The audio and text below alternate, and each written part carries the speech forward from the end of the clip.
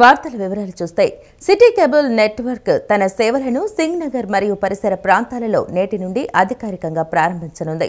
ప్రభుత్వ whip Vijayawada central MLA Bonda Umamaheswararao city cable MD Potluri Saibabu, city cable director Vijay కల్లూరితో కలిసి ప్రసారాలను సంబంధించిన ప్రోమోను ఆవిష్కరించారు. ఎమ్మెల్యే బోండా ఉమామహేశ్వరరావు అందించిన అపారమైన ప్రోత్సాహం, మార్గదర్శకత్వం వల్లే ఈ చారిత్రక కలయిక సాధ్యమైందని సంస్థ ప్రతినిధులు కొనియాడారు. నగరంలోని సింగ్ నగర్ మరియు పరిసర ప్రాంతాల కేబుల్ టీవీ వీక్షకులకు శుభవార్త. సిటీ కేబుల్ నెట్వర్క్ తన సేవలను ఈ ప్రాంతాల్లో ఇవాల్టి నుండి అధికారికంగా ప్రారంభించనుంది. ఈ సందర్భంగా సిటీ కేబుల్ ప్రసారాలకు సంబంధించిన ప్రత్యేక ప్రమోను ప్రభుత్వ whip Vijayawada central MLA Bonda Umamaheswararao ఆవిష్కరించారు. City cable managing director Potluri Saibabu, director Vijay Kalluri ఈ కార్యక్రమంలో ఎమ్మెల్యేతో కలిసి పాల్గొన్నారు. పలువురు కేబుల్ ఆపరేటర్లు కూడా ఈ ప్రారంభోత్సవంలో పాలుపంచుకున్నారు. సిటీ కేబుల్ రాక సింగ్ నగర్ ప్రాంతాల్లో ఒక మైలురాయిగా నిలవనుందని సంస్థ ప్రతినిధులు తెలిపారు. ఎమ్మెల్యే బోండా ఉమామహేశ్వరరావు అందించిన అపారమైన ప్రోత్సాహం, మార్గదర్శకత్వం వల్లే ఈ చారిత్రక కలయిక సాధ్యమైందని వారు కొనియాడారు. ఈ భాగస్వామ్యం ద్వారా సింగ్ నగర్ ప్రాంత కేబుల్ వీక్షకులకు మరింత నాణ్యమైన, వైవిధ్యభరితమైన వినోదంతో పాటు స్థానిక వార్తలను వేగంగా అందించడానికి దోహదపడుతుందని వారు ఆశాభావం వ్యక్తం చేశారు. కేబుల్ వ్యవస్థ బలోపేతం కావాలనే ఎమ్మెల్యే చిత్తశుద్ధి, ఆయన అందించిన నైతిక మద్దతు మరియు సహకారం తమ ప్రయాణానికి పునాదిగా నిలిచాయని సిటీ కేబుల్ యాజమాన్యం పేర్కొంది. నేటి నుంచి ప్రారంభమయ్యే సిటీ కేబుల్ సేవలతో వినియోగదారులు మెరుగైన వీక్షణ అనుభూతిని పొందే అవకాశం ఉంది.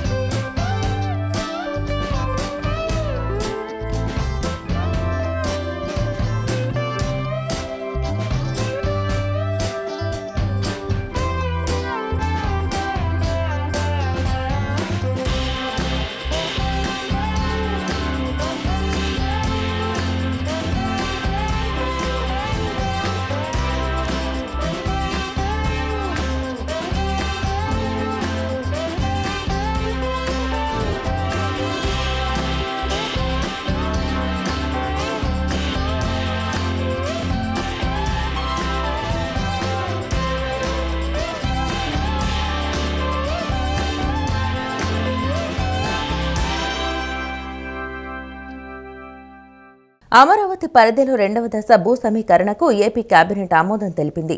7 గ్రామాల పరిధిలో మరో 16,666.57 ఎకరాల భూమి సమీకరణకు CRDAకు అనుమతించే ప్రతిపాదనకు రాష్ట్ర మంత్రివర్గం ఆమోదముద్ర వేసింది. అమరావతి పరిధిలో రెండో దశ భూ సమీకరణకు ఏపీ కేబినెట్ ఆమోదం తెలిపింది.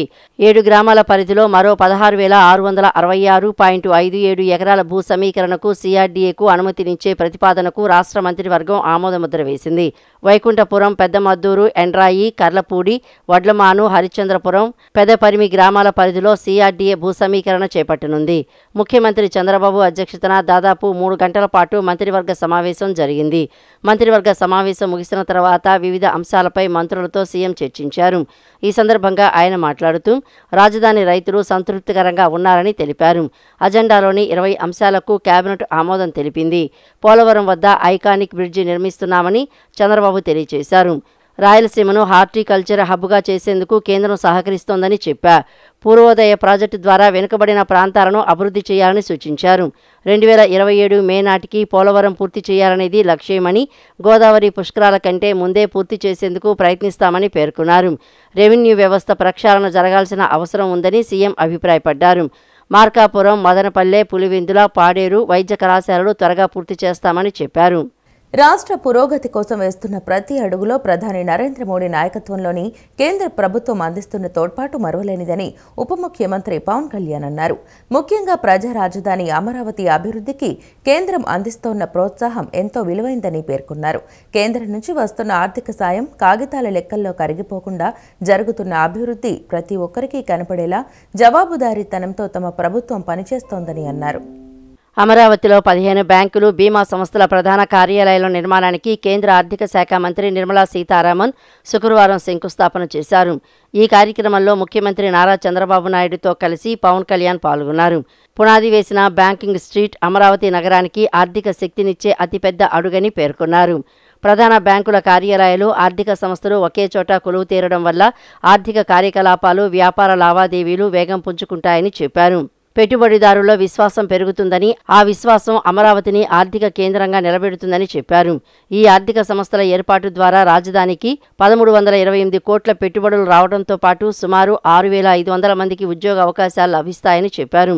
మాటకు కట్టుబడి 34,915 ఎకరాల భూములు రాష్ట్ర భవిష్యత్తు కోసం ఇచ్చిన రైతుల నమ్మకమే అమరావతి నగరానికి పునాది అని చెప్పారు. నేడు పునాది వేసింది కేవలం భవనాలకు కాదని ఆంధ్రప్రదేశ్ రాష్ట్ర భవిష్యత్తుకు పడిన పునాది అని పేర్కొన్నారు.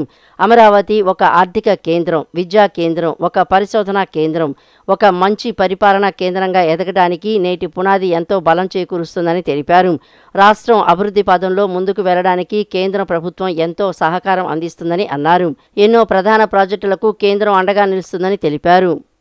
ఒక పరిశోధనా కేంద్రం, ఒక మంచి పరిపాలనా కేంద్రంగా ఎదగడానికి నేటి పునాది బలం చేకూరుస్తుంది. ఈ క్రమంలో కేంద్రం నుంచి అందుతున్న సహకారానికి నిర్మలా సీతారామన్ గారికి ప్రత్యేకంగా ధన్యవాదాలు తెలుపుకున్నాం.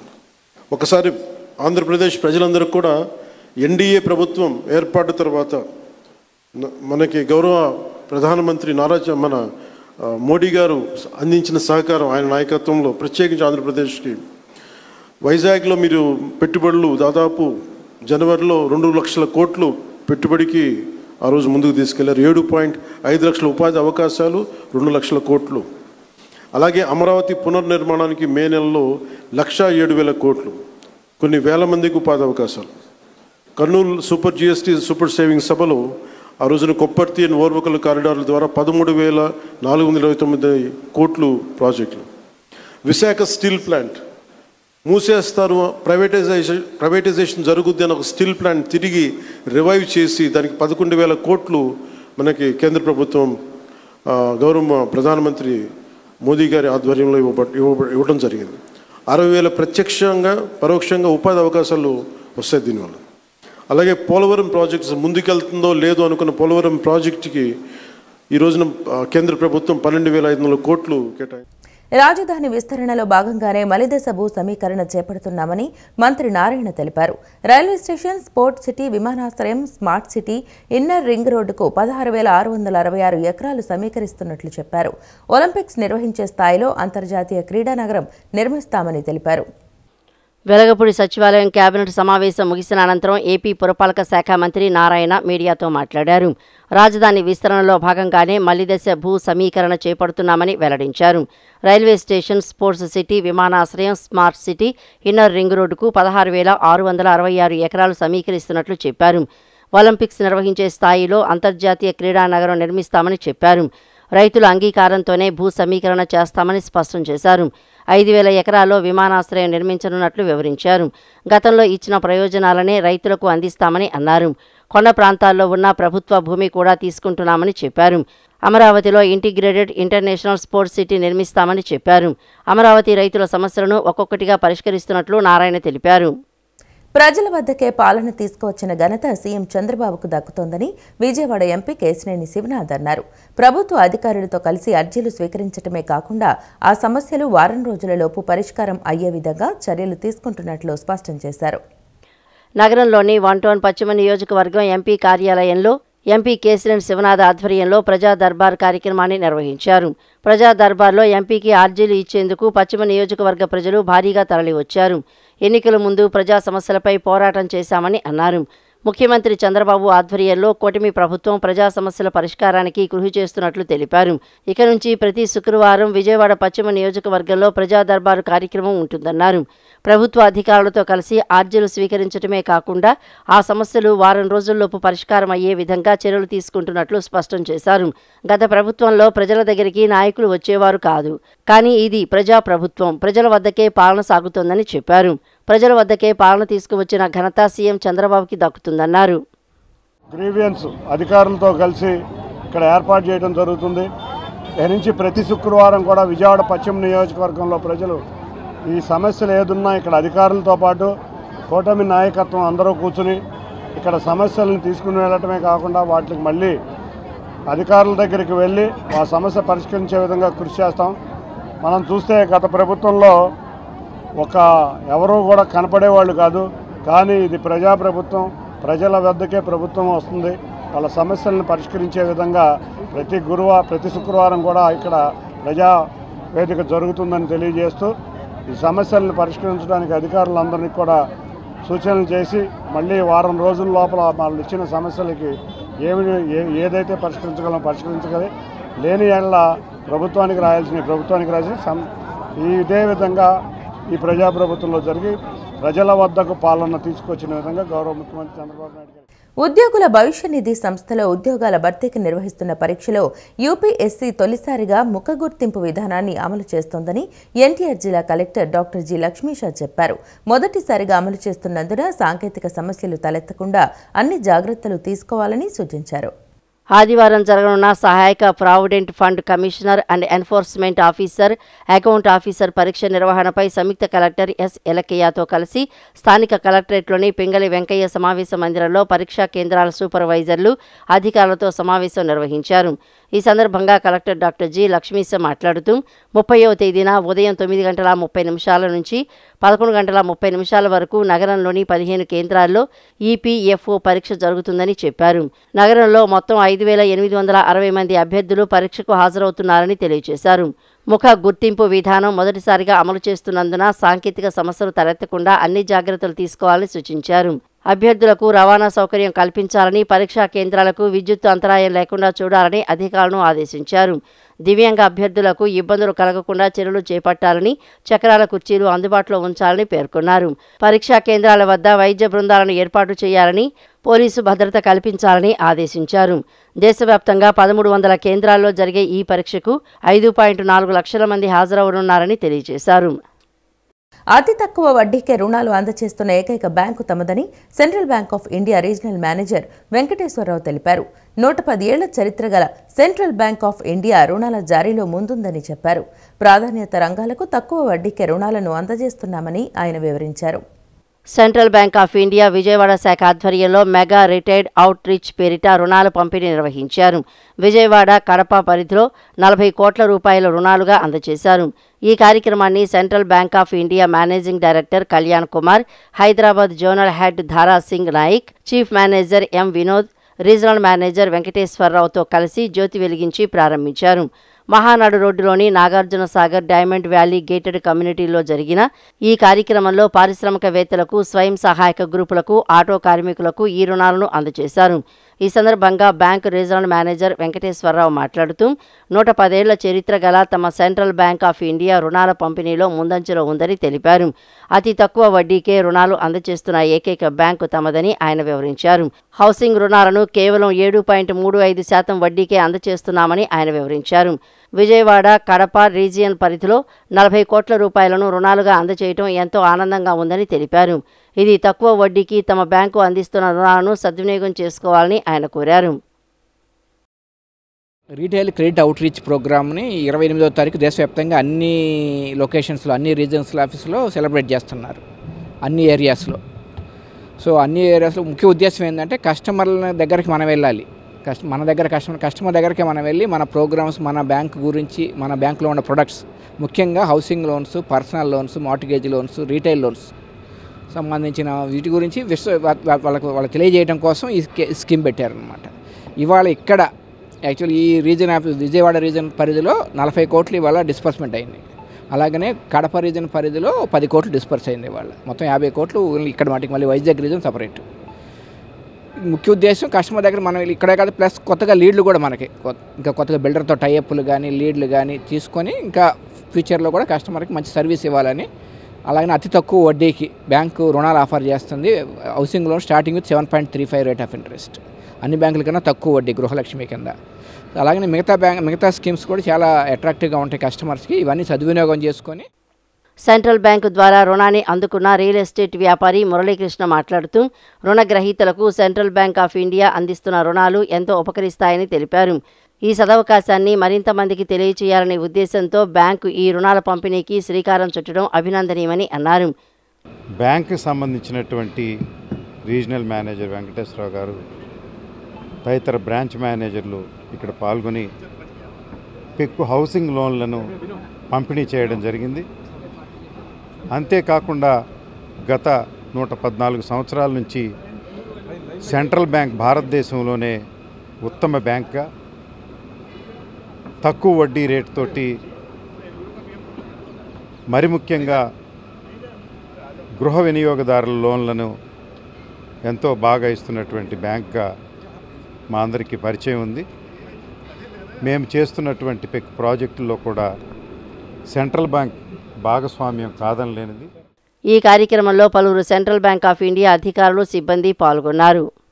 విజయవాడలోని మధురనగర్లో తపాలా శాఖకు సంబంధించిన ఫ్రాంచైజ్ కార్యాలయాన్ని మాజీ ఎమ్మెల్సీ, ఏపీ ఎన్జీఓ పూర్వ అధ్యక్షులు పరుచూరి అశోక్ బాబు, ఏపీ ఎన్జీఓ అధ్యక్షులు విద్యాసాగర్ లాంఛనంగా ప్రారంభించారు.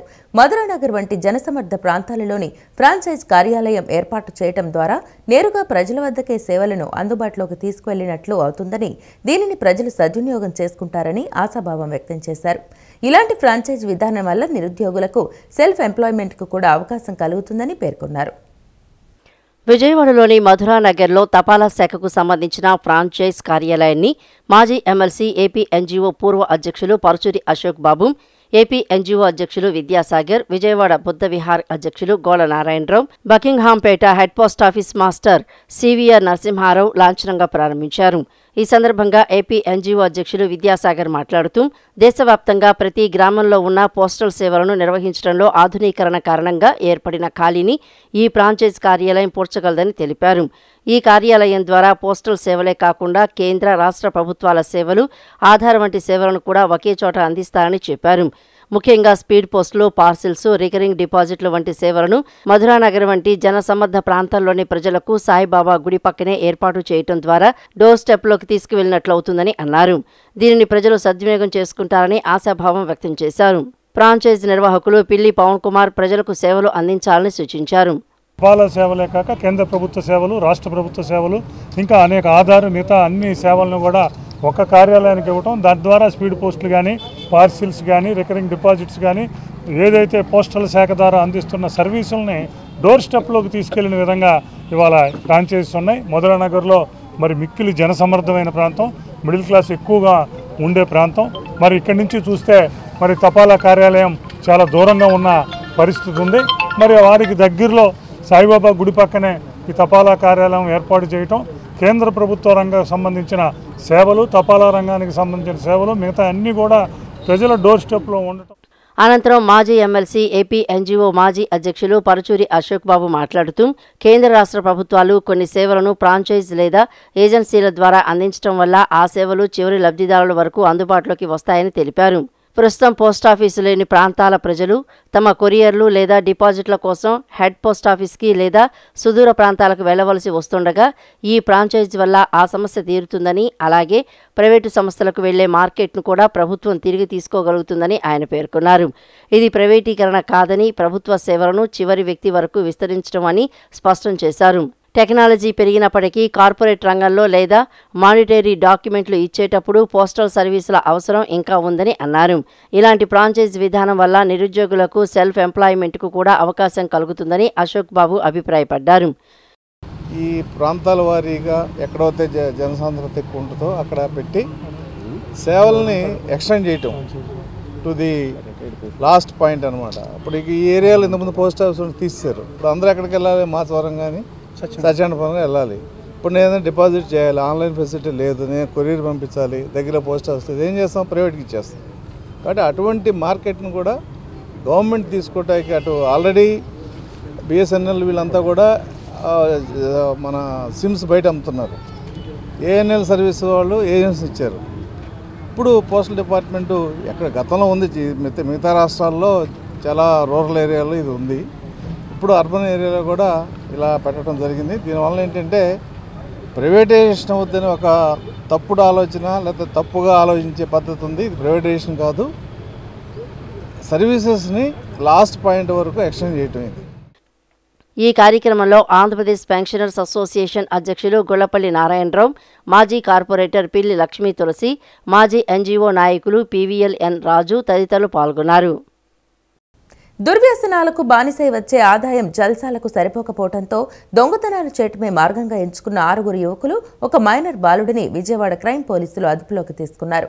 సీసీఎస్ పోలీసులకు వచ్చిన పక్కా సమాచారం మేరకు ఆటోనగర్ ప్రాంతంలో వారిని అదుపులోకి తీసుకుని 14 ద్విచక్ర వాహనాలు, 5 కిలోల గంజాయిని స్వాధీనం చేసుకున్నారు. నగరంలోని 1 టౌన్ సీసీఎస్ పోలీస్ స్టేషన్ నందు క్రైమ్ డీసీపీ తిరుమలేశ్వరరెడ్డి విలేకరుల సమావేశం నిర్వహించారు. డీసీపీ తిరుమలేశ్వరరెడ్డి మాట్లాడుతూ కృష్ణా జిల్లా పెనమలూరు మండలం తాడిగడప గ్రామానికి చెందిన గుడిసె భానుప్రకాష్ గతంలో కూలీ పనులు చేసేవాడు.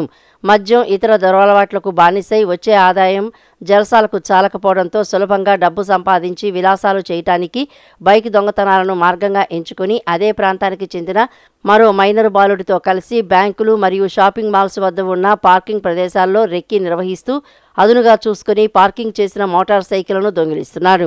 పెనమలూరు మరియు పక్క జిల్లాల్లో దొంగిలించిన మోటార్ సైకిల్స్ను తూర్పుగోదావరి జిల్లా కాకినాడ, కోట, నండూరుకు చెందిన వడ్లమూరి గంగాధర్ అలియాస్ గంగూభాయ్ అనే వ్యక్తికి మోటార్ సైకిల్స్ను ఇస్తుంటాడు. గంగూభాయ్ తనతో పాటు అల్లూరు సీతారామరాజు జిల్లాకు చెందిన మరొక 4 వ్యక్తులు కొర్ర ఏలియా, గెమ్మెల్లి త్రినాథ్, పంగి శివ, వంతాల కొండబాబు, బాల అనే వారితో కలిసి ఏజెన్సీ ఏరియాలోకి వెళ్లి మోటార్ సైకిల్స్ అక్కడ వారికి ఇచ్చి డబ్బులకు బదులుగా వారి వద్ద నుండి గంజాయి తీసుకుని వస్తారు. వీరందరూ కలిసి గంజాయిని విజయవాడ పరిసర ప్రాంతాల్లో చిన్న చిన్న ప్యాకెట్ల రూపంలో అమ్మి డబ్బులు సంపాదిస్తుంటారని తెలిపారు. విజయవాడ నగర పోలీస్ కమిషనరేట్ పరిధిలో 3, కృష్ణా జిల్లా పెనమలూరు పోలీస్ స్టేషన్ పరిధిలో 3, విశాఖపట్నం నగర పోలీస్ కమిషనరేట్కు సంబంధించిన పోలీస్ స్టేషన్ పరిధిలో 2, కాకినాడకు సంబంధించిన పోలీస్ స్టేషన్ పరిధిలో 4 మరియు తెలంగాణకు సంబంధించిన పోలీస్ స్టేషన్ పరిధిలో 2 మొత్తం 14 మోటార్ సైకిల్స్ నేరాలకు పాల్పడ్డారు.